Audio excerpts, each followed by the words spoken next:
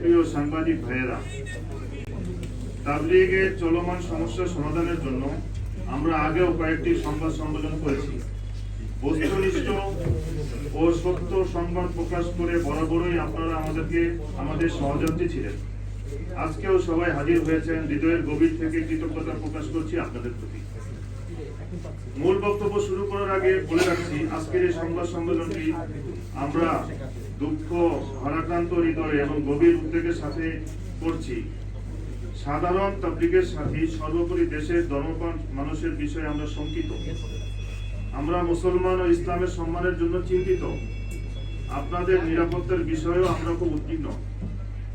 গত 18 ডিসেম্বর টঙ্গীর ময়দানে যে দুঃখজনক সাংঘর্ষিক ঘটনা ঘটেছে, সেই ঘটনায় আমরা মর্মাহত। আমরা গভীর উদ্বেগের সাথে লক্ষ্য করছি, এই ঘটনাকে রাজনৈতিক আলিমগণ তাদের স্বার্থ সিদ্ধির প্ল্যাটফর্ম তৈরি করার লক্ষ্যে দেশব্যাপী এক মেসাকার করে চলেছে। কষ্টের সাথে জানাচ্ছি, বাংলাদেশে ভ্রাতৃঘাতী ভয়াবহ সংঘাত, ধর্মীয় দাঙ্গা, সাম্প্রদায়িক সম্প্রীতি বিনষ্ট, সাংবিধানিক অধিকার ভুলুণ্ঠিত, ধর্মীয় স্বাধীনতা এবং মানবাধিকার চরমভাবে লঙ্ঘন করা হচ্ছে।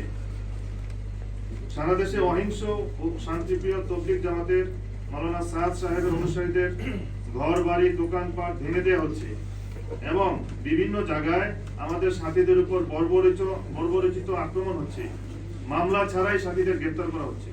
এমনকি কোথাও কোথাও ঘরের পর্দানশীল মা বোনদের সাথেও সম্মানজনক আচরণ করা হচ্ছে না। বিভিন্ন মসজিদে সাথীদের নামাজ ও ইবাদতরত অবস্থায় ইবাদত করতে বাধা দেওয়া হচ্ছে। অল্প সংখ্যক পুলিশের সহযোগিতায় একদল উগ্রপন্থী এমনকি বিভিন্ন বাসাবাড়িতে গিয়েও তাবলীগের সাথীদের মারধর করছে। অন্যায়ভাবে এক পক্ষের মুখপাত্রকে গ্রেফতার করা হচ্ছে। আশ্চর্য বিষয় হলো, বিদেশি মেহমানদের উপর হামলা করা হচ্ছে। সবচেয়ে বিস্ময়কর ব্যাপার হলো, জুবাইরপন্থীগণ কয়েকটি জায়গায় সাংবাদিক ভাইদের উপর হামলা করেছে। এইসব নির্মম ও অতি দুঃখজনক ঘটনা অসাম্প্রদায়িক, বৈষম্যমুক্ত ও স্থিতিশীল বাংলাদেশকে, সর্বোপরি ইসলামকে বিশ্বের দরবারে ভীষণভাবে প্রশ্নবিদ্ধ করছে। এইসব বিচারহীনতার বিরুদ্ধে আমাদের আজকের এই সংবাদ সম্মেলন।